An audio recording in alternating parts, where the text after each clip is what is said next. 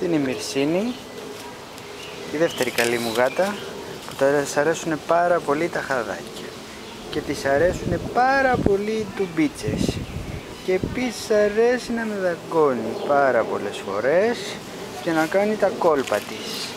Μυρσίνη, Μυρσίνη, Μυρσίνη σου μιλάω, έλα. Τι είναι κοριτσάκι?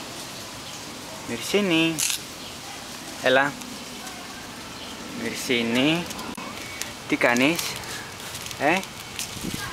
Τι θέλεις? Τι είναι Μυρσινούλα μου? Τι είναι Μυρσινούλα μου?